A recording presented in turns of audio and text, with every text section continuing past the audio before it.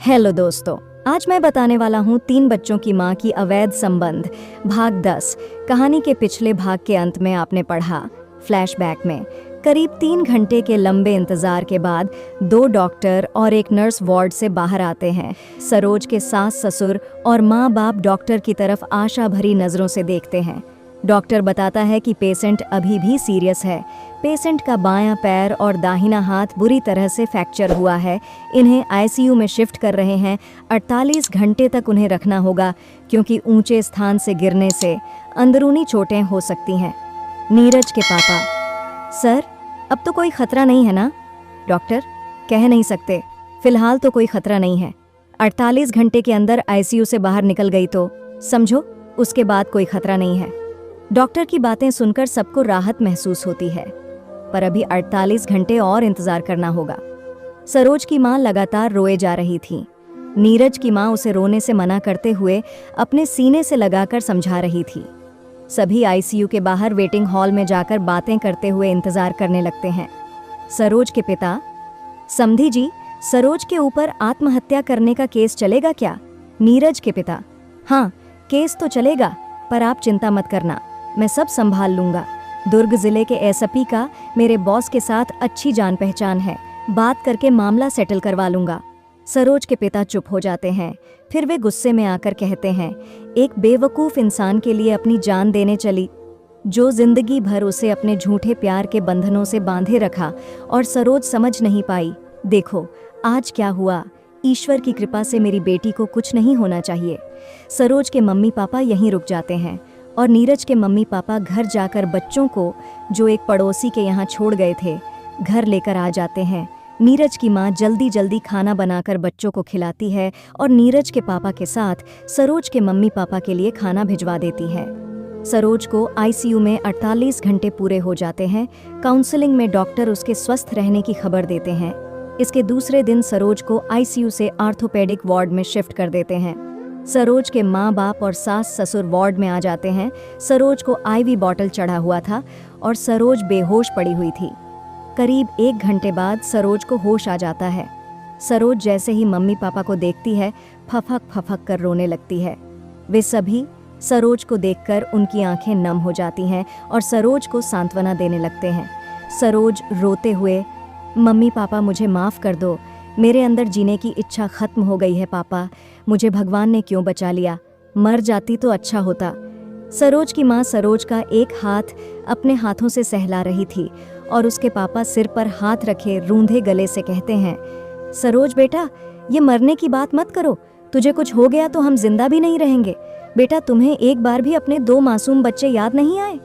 तेरे बिना वे कैसे रहेंगे, यह भी नहीं सोचा? सरोज ने रोते हुए कहा। पापा, मैं नीरज को खूब प्यार करती थी।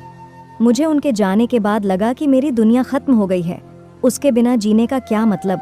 मुझे उस वक्त कुछ ध्यान नहीं आ रहा था सिवाय नीरज के। पापा, मैंने उस पर अंधविश्वास किया था, उसकी हर बात को मैं आंख बंद करके मान लेती थी। पापा, नीरज ने मुझसे छल किया है। कहते हुए सरोज रोने लगती है। नीरज के पिता रोते हुए कहते हैं, सरोज, नीरज तेरा गुनाहगार है, उसने जो तुम्हारे साथ किया है वह ठीक नहीं किया। नीरज ने उस दिन हम सब के सामने अपने बच्चों की झूठी कसम खाकर कहा था कि उसका कविता से कोई संबंध नहीं है और हमने उस पर विश्वास कर लिया। यही हमारी सबसे बड़ी गलती थी। मेरा बेटा धोखेबाज है, तुझे अभी जीना है बेटा, बच्चों के लिए। अब भूल जा मेरे नालायक बेटे को। सरोज कहती है, पापा जी, इतना आसान नहीं है जितना आसानी से आपने कह दिया। मेरे दिल के अंदर जख्म बहुत गहराई में उतर चुके हैं। इसी दौरान एक नर्स आती है और सरोज को एक इंजेक्शन लगाकर चली जाती है। नर्स के कहने पर सरोज की माँ सरोज के साथ रहती है और बाकी सभी वेटिंग हॉल आ जाते हैं। सरोज वाली खबर धनराज को लगती है, वह अशोक को बताता है। थोड़ी देर बाद वे सरोज को देखने हॉस्पिटल आ जाते हैं।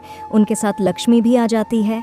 धनराज नीरज के पिता से पूछते हैं, बाबूजी, सरोज अभी कैसी है? हमें अभी पता चला तो चले आए, कौन से वार्ड में है? नीरज के पिता: ऑर्थोपेडिक वार्ड में बेड नंबर 4। तीनों 4 नंबर बेड के पास आ जाते हैं। सरोज बेड में लेटी हुई थी। उसके बाएं पैर के घुटने के ऊपर तक और दाहिने हाथ में पूरा प्लास्टर चढ़ा हुआ था। जगह जगह चोटों पर लाल दवाई लगी हुई थी। सरोज उन्हें देखकर रोने लगती है। लक्ष्मी भी रोने लगती है। अशोक। सरोज को रोता देख उसके आंखों से भी आंसू बहने लगते हैं और मन ही मन कविता को कोसने लगता है। थोड़ी देर सरोज के पास रहने के बाद तीनों वेटिंग हॉल आ जाते हैं। सरोज के पिता धनराज, हम लोगों ने भी उसी दिन FIR करवा दिया। अशोक कहता है, अच्छा किए, FIR करवा दिए, फायदा कुछ नहीं होगा, फिर भी जरूरी था। नीरज के पिता कहते हैं, अशोक कुछ पता चला, कहीं से कोई खबर? नीरज मोबाइल बंद करके बेडरूम में छोड़कर चला गया। अशोक कहता है, दोनों अपने साथ मोबाइल लेकर नहीं गए, घर पर ही छोड़ गए बाबूजी। अब कहीं भी जाए, अब मुझे कविता से कोई मतलब नहीं है। कुछ देर बाद तीनों अपने घर निकल जाते हैं। आत्महत्या की खबर रामनगर में आग की तरह फैल चुकी थी। आस पड़ोस वाले सरोज को एक एक करके वार्ड में जाकर देखकर आने लगते हैं। यह सिलसिला चलता ही रहता है। सरोज को देखने आई एक महिला दूसरे महिला से, मैंने तो सुना है अशोक ने उन दोनों को रंगे हाथ पकड़ा था, पर कुछ नहीं बोला। कविता ने अशोक की सिधाई का फायदा उठाया है। दूसरी महिला, हाँ और क्या, अशोक के कारण ही उसकी हिम्मत बढ़ती चली गई और भाग गई नीरज के साथ मुंह काला करने। मेरा पति होता तो उसी समय उसे चीर डालता। पहली महिला, कविता कैसी माँ है रे, अपने 1.5-2 साल के बच्चे को छोड़ अपने यार के साथ भाग गई। दूसरी महिला, अरे 3 बच्चों की माँ, एक बेटी तो 1-2 साल में जवान भी हो जाएगी, अब पता नहीं कौन उससे शादी करेगा। थोड़ी देर बाद सभी महिलाएं जो वेटिंग हॉल के एक कोने में गपशप कर रही थीं, अपने अपने घर निकल जाते हैं। घटना ही कुछ ऐसी हो गई, चर्चा का विषय तो बनेगा ही। नीरज के पिता और ससुर आत्महत्या के केस को रफा दफा कराने अस्पताल से निकल जाते हैं।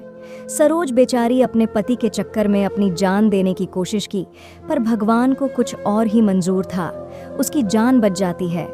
ये नौबत नीरज के चलते आई, यदि नीरज उस दिन कविता को प्रपोज नहीं करता। इस कहानी का भाग 11 नेक्स्ट वीडियो में देखने को मिलेगा। दोस्तों, कृपया कमेंट करना ना भूलें और अगर आपने मुझे सब्सक्राइब नहीं किए हैं तो चैनल को सब्सक्राइब जरूर कर लें। धन्यवाद।